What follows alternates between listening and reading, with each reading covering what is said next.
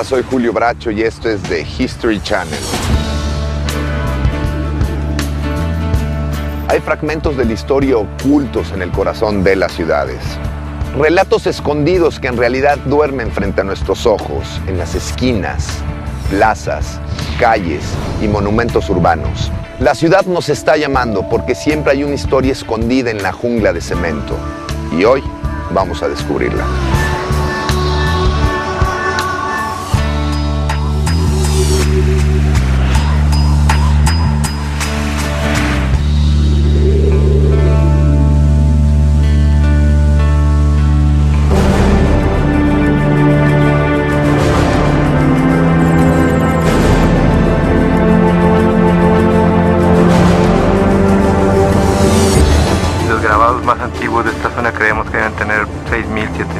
Los regiomontanos somos no descendientes de primeros pobladores judíos. Cuando los norteamericanos llegaron a la ciudad, su estrategia fue tratar de controlar esta zona. Después de que asaltaba, a muchos empezaba a tocar la armónica y a obligarlos a bailar. Realmente las tropas revolucionarias se emborracharon y muy pocos pudieron combatir frente a los federales. Hay una historia sobre una bóveda que existió en Fundidora. Y hemos decidido el ejército villista pedirle $1 millón que tiene que entregar en unos cuantos días aquí en este mismo lugar.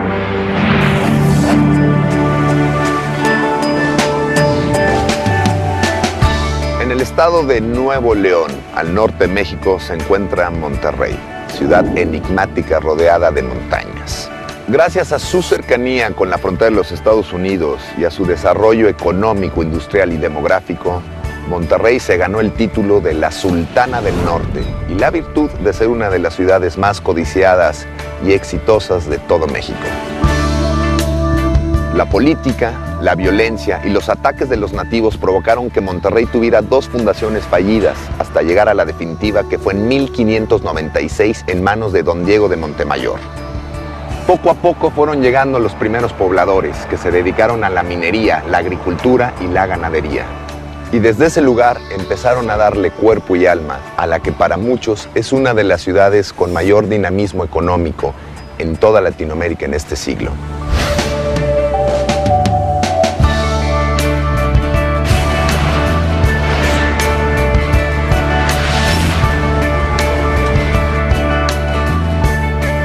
Empezamos nuestra búsqueda aquí, en el Museo de Palacio de Gobierno, donde se encuentra el escudo de la ciudad de Monterrey. Este símbolo alberga la imagen de los flechadores, antiguos pobladores de estas tierras que desarrollaron una civilización que aún hoy permanece escondida bajo una imagen de salvajismo y barbarie.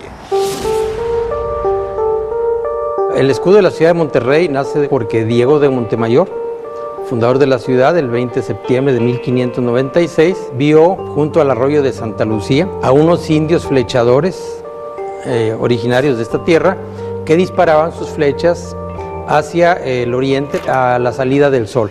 Los españoles veían en las flechas apuntando al sol la expresión primaria de un pueblo salvaje.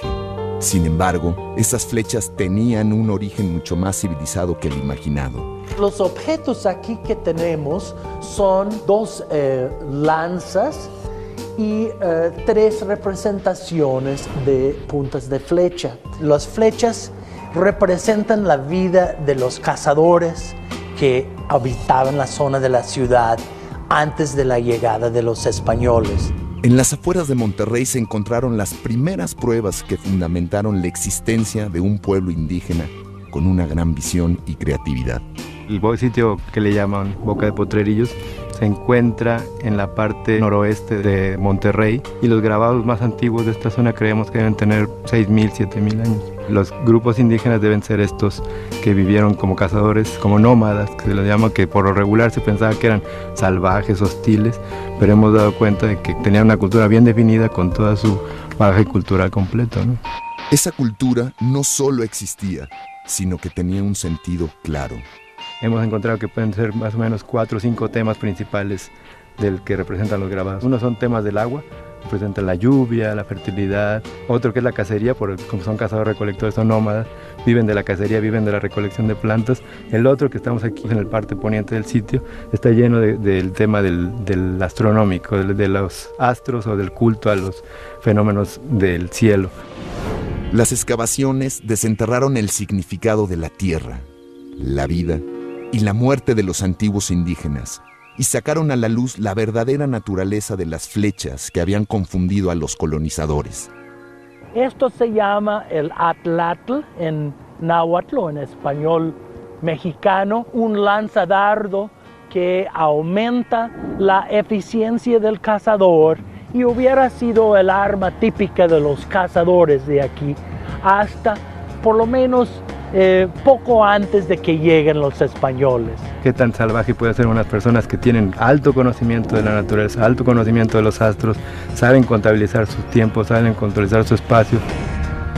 Aún en la actualidad, pocos de los habitantes de Monterrey saben que en los orígenes de la ciudad se esconde una antigua cultura indígena que se encuentra homenajeada en su escudo. No todo el mundo sabe la historia cierta de por qué aparecen estos indios disparando sus flechas hacia el Cerro La Silla. No es una historia que esté muy documentada, aun cuando tenemos testimonios a través de petroglifos, pinturas rupestres de nuestros indios, de nuestros ancestros, nuestros antepasados, que de una forma o de otra dejaron a través de potrerillos su presencia. Los flechadores quedaron inmortalizados en la historia de Monterrey gracias al asombro de uno de sus fundadores. Sin embargo, pocos conocen el origen misterioso de los colonizadores de la ciudad. A pocas cuadras del Museo del Palacio de Gobierno, donde se encuentra el escudo de Monterrey, está el monumento a Don Diego Montemayor, el último fundador de la ciudad, quien exploró la zona al igual que Alberto del Canto y Luis Carvajal. A los tres los une no solo la fundación de Monterrey, sino también haber marcado la cultura regiomontana con su origen oculto. Se conocen tres fundaciones desde el punto de vista oficial o de los historiadores. Aunque las tres fundaciones de Monterrey son ampliamente conocidas por sus habitantes, muchos desconocen el verdadero origen de los exploradores que las llevaron a cabo. La mayor parte de ellos eran criptojudíos y que huían de las persecuciones religiosas, que huyeron de Europa y también de la situación que había antijudía en el centro del país, concretamente en la Ciudad de México. En tiempos de la Inquisición, muchos de estos colonizadores se transformaron en criptojudíos o judíos ocultos, dispuestos a esconder sus creencias con tal de poder continuar con sus actividades. Ellos venían escondiéndose. Ellos trataban de pasar desapercibidos precisamente por sus creencias. Estas comunidades criptojudías eran cerradas y además pues no podían dejar nada escrito porque estaban sujetos a la vista del Tribunal de la Inquisición y se pasaban como cristianos nuevos pues precisamente para no ser molestados por la corona española. El primer episodio de un colonizador criptojudío nos remonta a la primera fundación de la ciudad de Monterrey. Y es hasta 1577 cuando un aventurero portugués llamado Alberto del Canto hace la primera fundación con el nombre de Ojos de Santa Lucía. Alberto del Canto no solo ocultaba su origen judío, sino también actividades consideradas ilegales para la corona. A raíz de estos asuntos y además varios desmanes que hacía Alberto del Canto al tomar indios y llevárselos a las minas de Mazapil para venderlos como esclavos, entonces la Inquisición le sigue un proceso. Entonces pasa que la villa de Ojos de Santa Lucía no se puede consolidar porque la Inquisición anda persiguiendo a don Alberto del Canto. Así quedó inconclusa la primera fundación de la ciudad. Sin embargo, cuando el segundo colonizador llegó a Monterrey, se encontró con una Inquisición ansiosa por detener y juzgar a los colonos criptojudíos bajo cualquier excusa. Unos años después, ya para 1579-1580, don Luis Carvajal y de la Cueva pide permiso al rey para venir a crear un enorme territorio llamado Nuevo Reino de León. Muy pronto la Inquisición encontró el pretexto que estaba buscando para atrapar a Carvajal. En un evento religioso o familiar, una de sus sobrinas dijo unas expresiones en contra de la religión católica y entonces duramente la amonestó de Luis Carvajal en la cueva y que le dio unas cachetadas, ¿no? El juicio de la Inquisición contra Carvajal no fue contra él, fue contra los familiares a raíz de esto de la sobrina. El final de Carvajal estaba escrito. Develadas las pruebas de su origen judío, el segundo fundador de Monterrey sufrió la justicia divina de la Inquisición. Es encarcelado y llevado al Tribunal de la Inquisición en la Ciudad de México, donde la familia de él sí reconoce ser judaizantes, seguidores de la ley de Moisés, y son llevados a juicio y a la hoguera, o sea, son quemados vivos. Poco tiempo después llegaba a la región otro nuevo aventurero, Diego de Montemayor, el tercer fundador de la ciudad. Finalmente podemos hablar de la tercera y definitiva fundación de Monterrey cuando don Diego de Montemayor se viene junto con 12 familias a fundar la ciudad de Nuestra Señora de Monterrey el 20 de septiembre de 1596. Se asegura que hacia finales del siglo XVI, más del 25% de la población de la ciudad era de origen judío. En la actualidad, Monterrey es una de las ciudades más católicas de México, pero en sus costumbres todavía se encuentran algunas marcas de la cultura sefardí. Encontramos bastantes coincidencias entre lo que son las costumbres judías de esa época y lo que pudiera ser las costumbres de nosotros y que también datan de esa época. La gente nos dice por aquí de las costumbres sefarditas o judías, como la de comer cabrito, de sembrar un higuero, una granada y un limón en las casas, y algunas palabras que utilizamos muy propias aquí en el norte. Y si nos basamos precisamente en la persecución, nosotros somos colonia, somos fundación, o población de España, y tendríamos que seguir los lineamientos de aquellos. Pero comer el cabrito asado, el trigo, guardar el sábado, otra serie de situaciones. Entonces de ahí viene precisamente toda esta serie de ideas que se dan de que si los regiomontanos somos o no descendientes de primeros pobladores judíos. Más adelante conoceremos el obispado, un tradicional edificio que fue ocupado por las tropas norteamericanas a mediados del siglo XIX.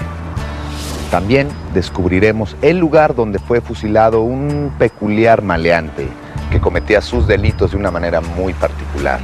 Todo esto cuando regresemos en Historia Secreta.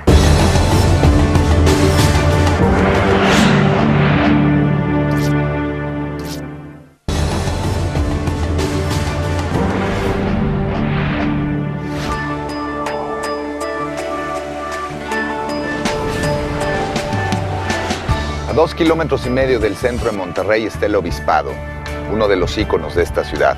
Por su importancia estratégica fue ocupado por varios ejércitos, pero solo uno lo marcó en su historia con huellas que aún hoy perduran en sus muros.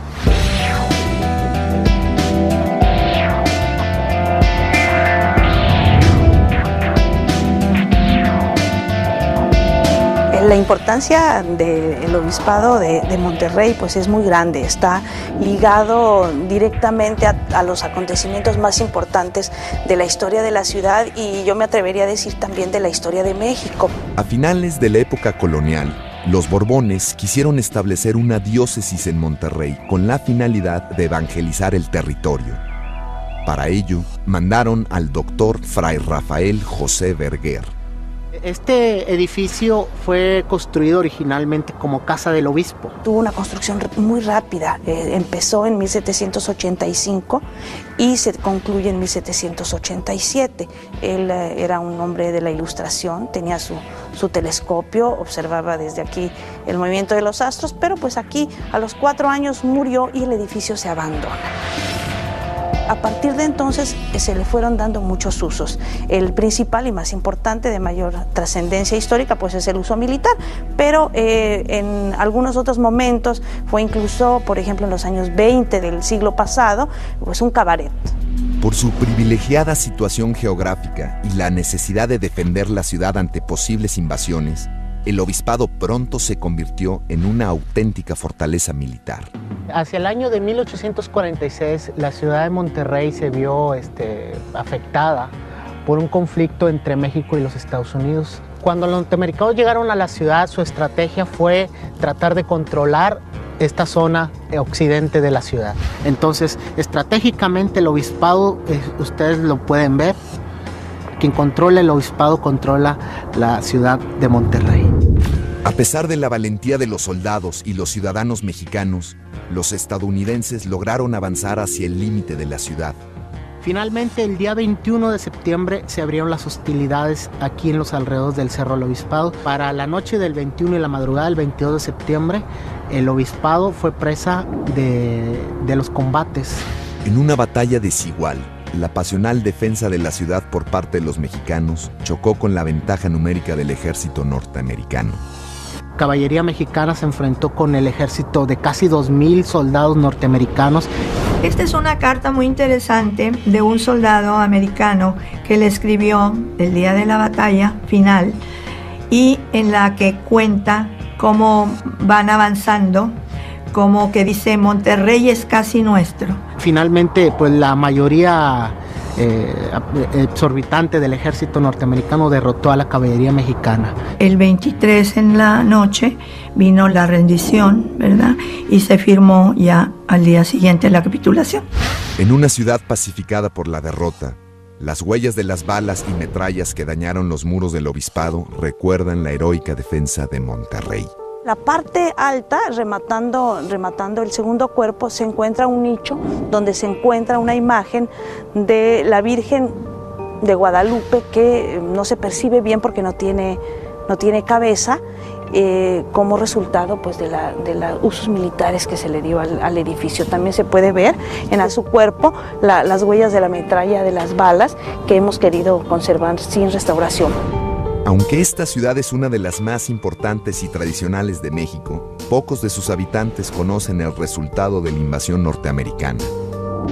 Los norteamericanos tomaron el control del obispado el 22 de septiembre de 1846. La ciudad de Monterrey estuvo administrada por un gobierno norteamericano, hubo gobernadores norteamericanos. Increíble, pero cierto, los americanos estuvieron gobernando Monterrey 1 año, 10 meses.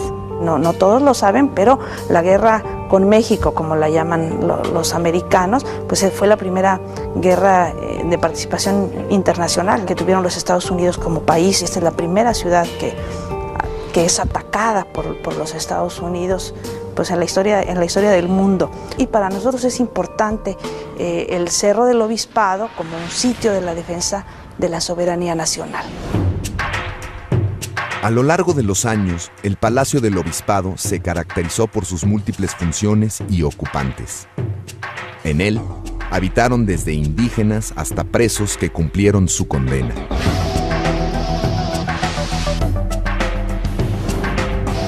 A 2 kilómetros del Obispado se encuentra la Plaza Hidalgo, el lugar donde terminó la historia de un famoso maleante regiomontano. Ahorita estamos en la Plaza de Hidalgo. En esta plaza, frente a toda la población o la población que se dio cita, fue fusilado Agapito Treviño. La figura de Agapito Treviño estaba en la mente popular. Mucha gente sí piensa que es solamente leyenda, un invento. De 1850 a 1851, Agapito Treviño sembró el terror entre los habitantes de la ciudad, y fueron sus propias víctimas quienes le dieron un seudónimo inspirado en su famoso caballo. Los documentos ya lo mencionan así, desde la primera detención. Agapito Treviño, alias Caballo Blanco o Caballo Blanco. Se supone que él iba en su caballo blanco, ponía todo en bolsas y lo ponía dentro de su cueva, que está fuera de la ciudad de Monterrey, un poquito fuera, en el Cerro de la Silla. Sale a la luz pública ya como bandolero y como tal las leyes empiezan a perseguirlo. Aunque el criminal nunca usó la violencia con sus víctimas, se destacó por someterlas a un curioso y divertido ritual. No mató, esto es muy importante. Era en cierta forma bondadoso, era un poco burlón. Después de que asaltaba, a muchos le empezaba a tocar la armónica y a obligarlos a bailar, nunca mediante la fuerza. De acuerdo con un corrido de la época, dice Y yo soy el ingrato, hermanos, que a débiles y forzudos los hice bailar desnudos la polca, chotillos y enanos. El humor que Agapito impuso en sus delitos pronto le ganó el afecto de los habitantes de la ciudad. Él ni se cubría la cara, por eso se tiene la afiliación. Él no se cubría la cara y luego después de los robos se iba y hacía fiestas. Él sabía tocar la armónica y entonces imagínense, después de un día de buenos botines o de botines en los robos, bueno, ya organizaban un baile y él se ponía a tocar la armónica y empezaba a que la gente bailara, él mismo bailaba. La suerte de Treviño pareció terminar por primera vez en 1851, cuando fue apresado y condenado a 10 años de trabajo en obras públicas. Como buen ladrón, una especie de rafle, ¿sí? Empieza a escapar una y otra vez y otra vez. Son 3 fugas. Hay una cuando viene de Saltillo y se fuga alrededor de la Cuesta de los Muertos. Lo capturan después aquí en Guadalupe y se le hace el primer juicio. Preso, se fuga. Este documento es una carta, una circular del gobernador Pedro de Ampudia, donde afirma que varios presos se fugaron de la cárcel y entre ellos está Agapito Treviño, Caballo Blanco. Lo capturan de nuevo en la casa de la Masia y lo llevan de nuevo a la cárcel y está en lo que fue el Palacio Municipal. Es más, se le ayudó a construirlo. En el Palacio Municipal, Agapito no solo conoció el confinamiento, sino también la oportunidad de dejar otro tipo de marca en la historia de la ciudad.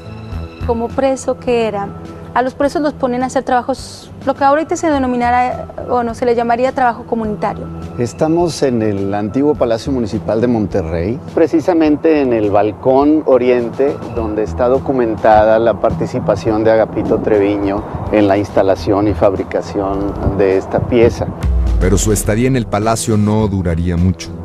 Acostumbrado a las fugas, el criminal volvió a repetir la historia.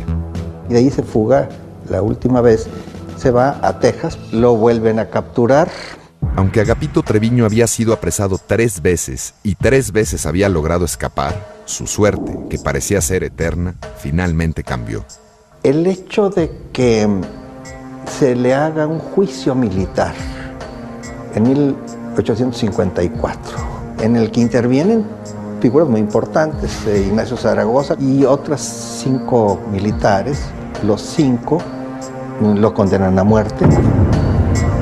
La historia de Treviño había llegado a su fin. Sin embargo, al criminal le faltaba dar un último acto. Se dirigió a su muerte con la misma gracia con que había vivido su vida delictiva. Cuando Agapito Treviño estaba a punto de ser fusilado, él también empezó a cantar, como que adiós, adiós Monterrey, adiós amigos, perdónenme si les hice daño, etcétera, etcétera. Son algunas coplas que dicen la tradición oral que Agapito Treviño cantó antes de morir. Así murió en la Plaza Hidalgo, Agapito Treviño, el criminal recordado por sus ojos negros, su nariz abultada y su insuperable sentido del humor para cometer crímenes. La Plaza Hidalgo ha sido un testigo, un mudo testigo de la existencia de Agapito Treviño, de la existencia y de la muerte de Agapito Treviño. Al regreso en Historias Secretas conoceremos la trágica y romántica historia de una de las grandes figuras mexicanas. Además iremos a la cervecería y descubriremos por qué un ejército revolucionario no pudo conquistar esta ciudad.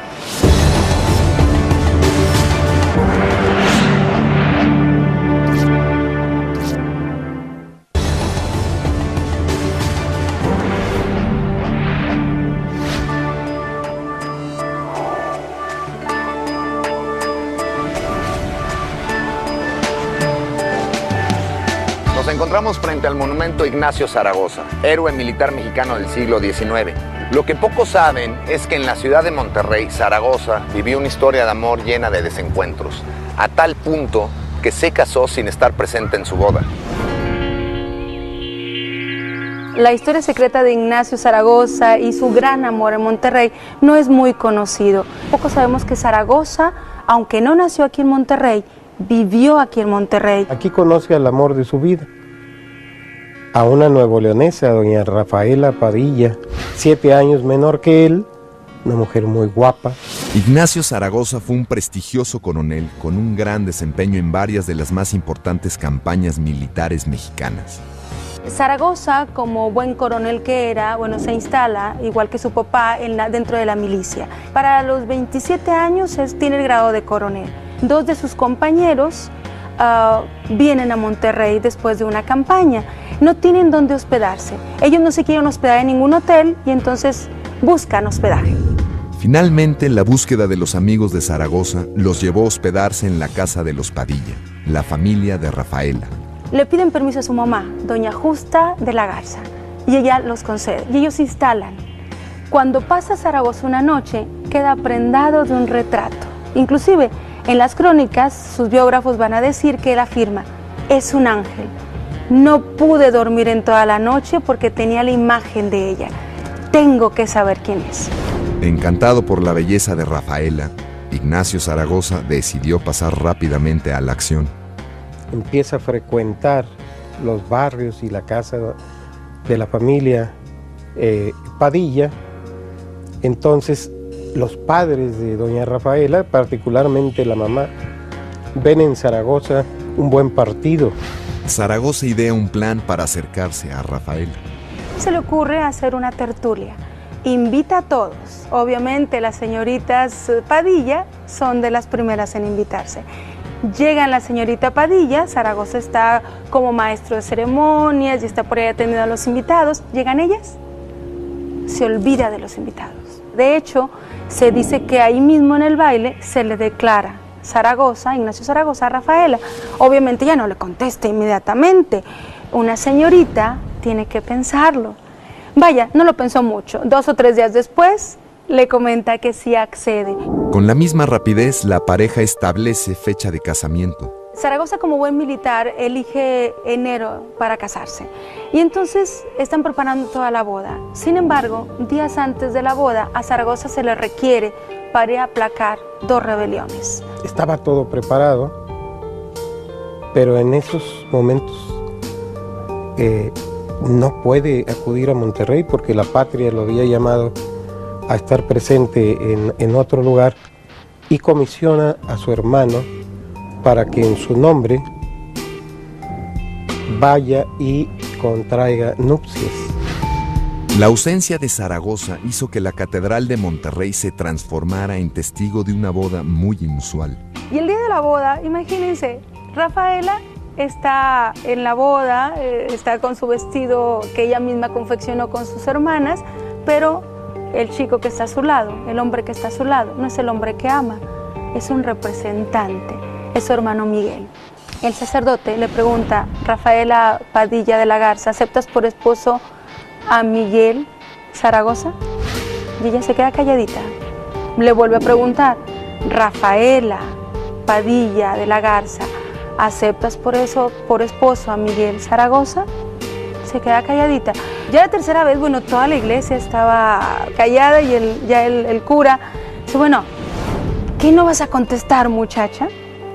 Y ella le dice, padre, usted me está preguntando si me quiero casar con Miguel Zaragoza y yo me quiero casar con Ignacio, no con Miguel.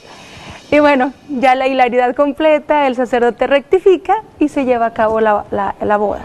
Finalmente, Ignacio Zaragoza volvió de su destino y pudo disfrutar de su matrimonio y de una felicidad que no duraría mucho. Es una bella historia de amor que habrá de prolongarse lamentablemente no mucho tiempo, ya que tanto doña Rafaela como el general Zaragoza mueren muy jóvenes. Doña Rafaela muere en enero de 1862. De hecho, no muere junto a Zaragoza. Vaya, Zaragoza no estaba en el lecho de muerte cuando Rafaela murió. La muerte de su mujer fue un gran golpe para el coronel.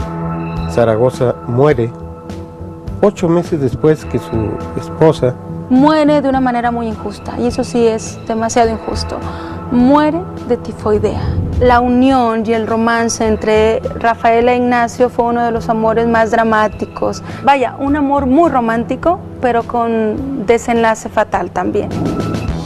De ese amor solo nos quedan 2 tumbas, un recuerdo, crónicas y bueno, mucho romanticismo. Es lo único que nos queda. La historia mexicana está llena de batallas y revoluciones encabezadas por fuertes personajes como Ignacio Zaragoza, que lucharon por defender sus ideales. Sin embargo, la Revolución Mexicana también vivió acontecimientos con protagonistas que, a la hora de actuar, se vieron tentados por actividades mucho menos gloriosas.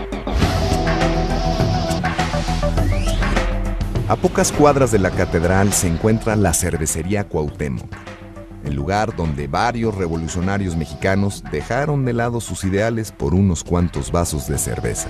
Nos encontramos en la cervecería Cuauhtémoc, que es una cervecería fundada en 1890. El edificio que actualmente estamos viendo, la fachada, es de esa época. La cervecería en la ciudad de Monterrey ha sido muy importante porque ha sido parte de su historia. La fábrica se instala en lo que era en aquel entonces las afueras de la ciudad, en este edificio donde estamos hoy sentados, donde conservamos todavía pues, paredes, salas, algunas ollas históricas como las que vemos aquí atrás de mí. Esta empresa tuvo algunos sucesos importantes y momentos críticos en su historia, particularmente durante la Revolución Mexicana. A principios del siglo XX estalló la Revolución Mexicana. Dos bandos se disputaban el poder: los federales del presidente Victoriano Huerta y los constitucionalistas de Venustiano Carranza, Pancho Villa y Emiliano Zapata, que desconocían el poder presidencial.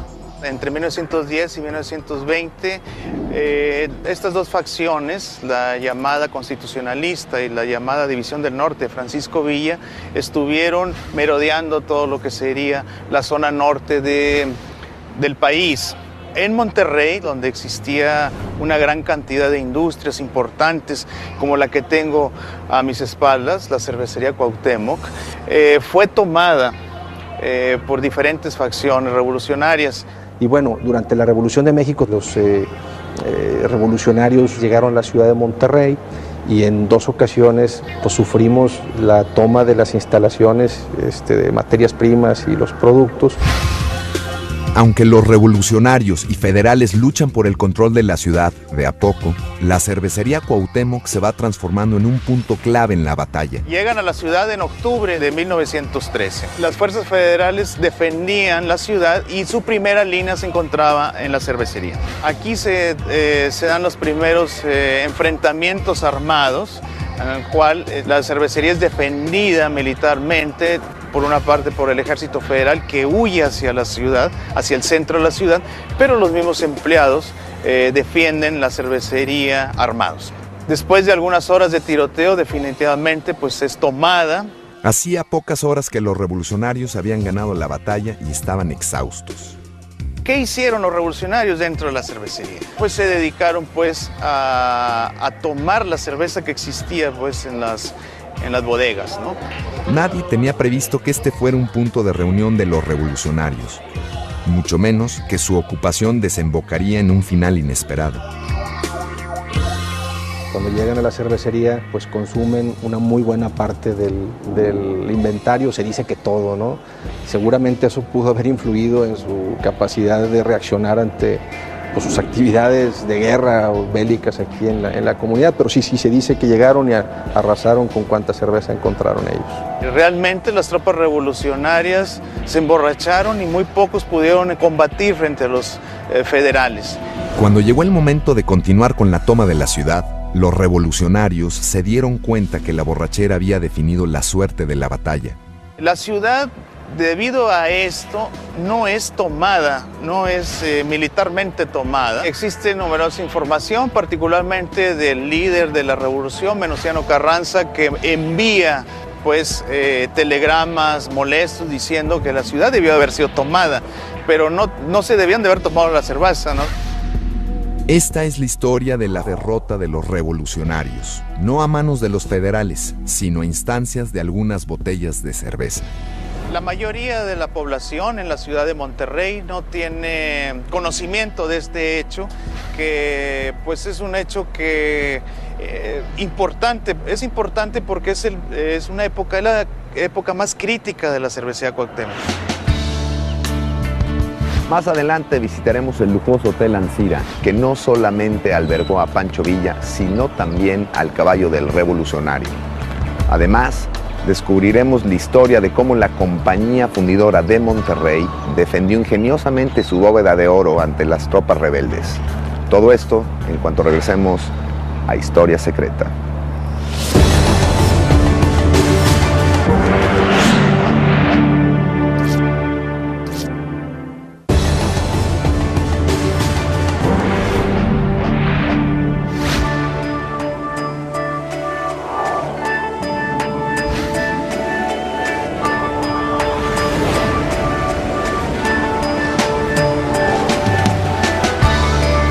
Aquí en pleno centro de la ciudad de Monterrey se encuentra el lujoso Hotel Ancira, inspirado en la arquitectura francesa.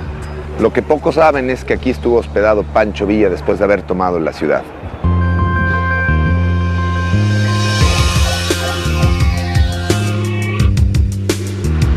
El Hotel Ancira se construyó de 1907 a 1912 en un contexto en que en Monterrey no había ningún hotel de lujo. Fernando Ancira se trajo su proyecto arquitectónico de Francia, donde él estaba trabajando. Para la ciudad de Monterrey, el Hotel Ancira es como un símbolo y es como un precursor de época. Aunque se suponía que el lujoso Hotel Ancira iba a albergar a los más refinados clientes de Monterrey, nadie imaginó que la Revolución Mexicana cambiaría esos planes. Estamos en el vestíbulo del Hotel Ancira. Cuando se construyó el hotel, esto funcionaba como patio. Conforme se fue ampliando el uso y se le hicieron las adiciones que ahora presenta, eso quedó pues superado en tamaño, y entonces lo que era el antiguo patio se convirtió en el vestíbulo. No es nada improbable que Pancho Villa haya entrado por la puerta principal del hotel y que se asentara en el patio, porque perfectamente, como pueden ver, es bastante amplio para que él mínimo y su estado mayor estuvieran aquí estacionados un buen rato. El 13 de marzo de 1915, Pancho Villa entra en forma espectacular a Monterrey y decide hospedarse en el lujoso edificio. La mayoría de las tropas villistas se concentran en el Hotel Ancira, donde él también llegó a estar. Entra por la puerta principal del hotel en su caballo y sube unas escaleras porque parece que se queda unos días en el hotel esperando un dinero que iba a recibir.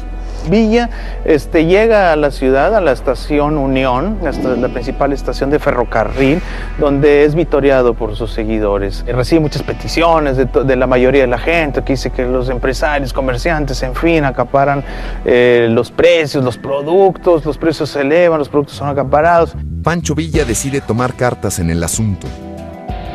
Al día siguiente, el 14 de marzo, el líder revolucionario se propuso dar una rápida resolución a las demandas populares. Francisco Villa, una vez que llega a la ciudad, aquí en este salón, el salón llamado Verde del Palacio de Gobierno, cita a los empresarios un día después de su llegada a la ciudad. Lo cita a las 9 de la mañana. Todos los miembros de la Cámara de Comercio de la ciudad llegan puntualmente. En la reunión, el general revolucionario daría una de sus tantas demostraciones de poder. Ellos esperan a Francisco Villa, o el Centauro del Norte, como le llamaban acá en México. Durante alrededor de media hora, Francisco Villa entra precisamente por una de estas puertas y es recibido por los empresarios. Inmediatamente, Villa se sentó en el centro de la mesa y expuso sus peticiones. Francisco Villa dice que los ha reunido aquí debido a que tienen acusaciones graves de acaparamiento de alimentos, de que han subido los precios y demás, y que por lo tanto quiere saber por qué han hecho esto, que están en contra de la revolución y que son enemigos de la revolución, en fin. El general revolucionario fue más allá y sorprendió a los empresarios con una inusual demanda. He decidido yo, y hemos decidido el ejército villista pedirle $1,000,000 que tiene que entregar en unos cuantos días aquí, en este mismo lugar. A lo cual, tartamudeando, Carlos Garza Cantú dice, ¿cómo es posible esto? Esto es que nos lo pide de un día para otro, eso no es posible. Bueno, no sé cómo le tengan que hacer, pero tienen que entregármelo aquí. Al verse acorralados, los empresarios acceden a un plan de Villa, que implicaba directamente a Carlos Garza Cantú, el presidente de la Cámara de Comercio. Él le dice, bueno, la única forma de saber que ese dinero va a llegar a mis manos o a las manos del ejército villista será que usted se quede aquí en garantía del dinero que van a entregar. Él mismo acepta y se queda, dice, yo estoy dispuesto a quedarme aquí como garantía de la entrega de este dinero. Sin embargo, es muy difícil y no podemos entregarlo en 2 o 3 días, necesitaremos más tiempo. Francisco Villa lo que deseaba en esencia era pues enfrentar esta administración municipal y además atacar a los acaparadores a los cuales había grandes quejas. Finalmente los empresarios logran reunir el dinero para entregárselo a Villa. Sin embargo, el destino del botín no fue para el ejército revolucionario. Villa, para empezar, nunca tuvo acceso a ese dinero. En el Archivo General del Estado, el Estado de Nuevo León, hay un listado completo de la entrega de ese dinero y los nombres y apellidos de las familias a los cuales Villa, a través de sus Raúl Madero y sus generales que estuvieron aquí, entregaron a cada una de estas familias, ¿no? La estadía de Pancho Villa en el Hotel Ancira duró 7 días. Durante ese tiempo, el lujoso edificio se convirtió en el cuartel del general que decidió saldar una deuda con su humilde pasado. ¿Qué cuánto sabe la gente de Monterrey de que Pancho Villa estuviera aquí? No es una cosa muy conocida ni que se haya explotado mucho. Cuando Pancho Villa se retiró de Monterrey, la clase burguesa y los dueños de las primeras industrias se sintieron amenazados y planearon una astuta maniobra para evitar nuevos saqueos. A 2 kilómetros del Hotel Ancira se encuentran los restos de la compañía fundidora, donde algunos industriales tomaron recaudos y se propusieron, con ingenio, ocultar sus riquezas de las fuerzas revolucionarias. Este edificio que está a mis espaldas son las oficinas generales de lo que era la compañía fundidora de Fierro de Acero de Monterrey, S.A. Fundidora Monterrey, como se le reconoce, es uno de los emblemas de la ciudad en cuanto a su historia, en cuanto a su gente y en cuanto a su devenir como metrópoli. Desde muy temprano, la fundidora funcionó como una ciudad dentro de Monterrey. Y lo más importante, la fundidora fue un espacio de trabajadores de manera generacional. O sea, ahí trabajaba el abuelo, el padre, el hijo, y todos incluso iban ascendiendo. Mi abuelo trabajaba en fundidora muchos años, desde los 12 años, primer fundidor, así le decían. Mis tíos, mis primos, mi papá, se acostumbraba casi, todos trabajaban en fundidora. La historia de la fundidora está íntimamente ligada con la de Monterrey. Sin embargo, este emblema de la ciudad esconde un secreto que muy pocos regiomontanos conocen. Hay una historia sobre una bóveda que existió en fundidora y que era donde guardaban el dinero para pagarle a los empleados y a los proveedores. La historia de la bóveda, de que están aquí las oficinas generales, prácticamente es una historia poco conocida, casi nadie la conoce. Se dice que cuando se acercaban los revolucionarios a Monterrey, la gente de la fundidora querían esconder ese dinero, querían protegerlo, y entonces lo que hicieron fue cerrar las ventanas de la habitación en donde se encontraba la bóveda, esconderlas para que no se viera que existía ahí unas ventanas, y también el cuarto de abajo en donde por donde se podían meter los revolucionarios tratando de volar la bóveda y tratando de sacar el dinero. Hoy el edificio de la fundidora muestra las huellas de la defensa ideada por los empresarios frente a la amenaza revolucionaria. Ahorita nos encontramos precisamente en la parte lateral oriente de las oficinas generales. De hecho, como puedes ver aquí, están las ventanas de este edificio, tanto en la primera planta como el sótano. Y aquí mismo, durante la época de la Revolución, había otra ventana de este otro lado. Lo que hicieron los mismos directivos fue tapar la ventana. Al principio era una ventana normal, la taparon por dentro, igual la parte de abajo, y con el tiempo la resellaron toda la pared. Se puede comprobar la existencia de que hubo una ventana en la parte de arriba y en el sótano. Además de hacer desaparecer las ventanas, los empresarios tomaron otras medidas. Para proteger que fueran a tratar de meterse por la parte de abajo, tratar de volarla, llenaron el cuarto que estaba abajo con arena para que no la pudieran abrir. Y la persona que tenía la llave, la persona que sabía la combinación, la sacaron de Monterrey incluso. Aún hoy, casi un siglo después del elaborado plan de los empresarios, se puede comprobar la existencia de esta misteriosa bóveda. la bóveda, la puerta de la bóveda en sí misma de lo que era dentro del área de ventas de la compañía fundidora. Y lo puedes comprobar. Mira, por ejemplo, el piso normal, como se oye, y el piso rellenado, se oye distinto. La fundidora cerró sus puertas a mediados de los años 80 para transformarse en un parque y museo que los regiomontanos disfrutan diariamente, añorando los años en que esta empresa era un ícono de la ciudad. El cierre de fundidora tiene una serie de causas, todas ellas muy discutidas. Existe controversia hasta la fecha con respecto a cuál fue de veras el motivo. Sea cual sea la verdadera causa, lo cierto es que el día en que se anunció el cierre de fundidora no fue algo así muy público, muy preparado. Fue algo tan dramático que la gente sigue pensando que podría llegar a abrirse de nuevo.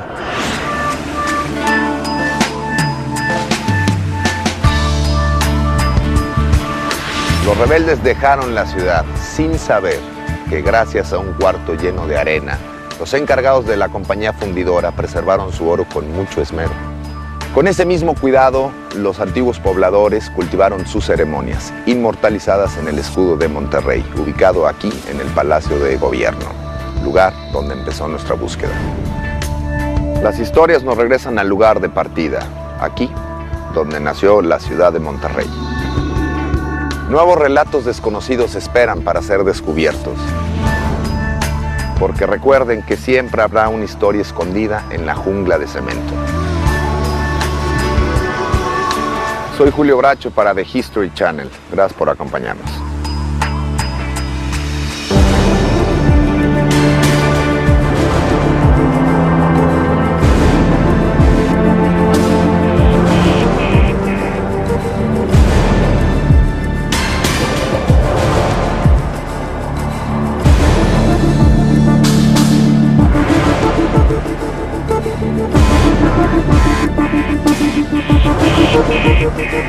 Thank you.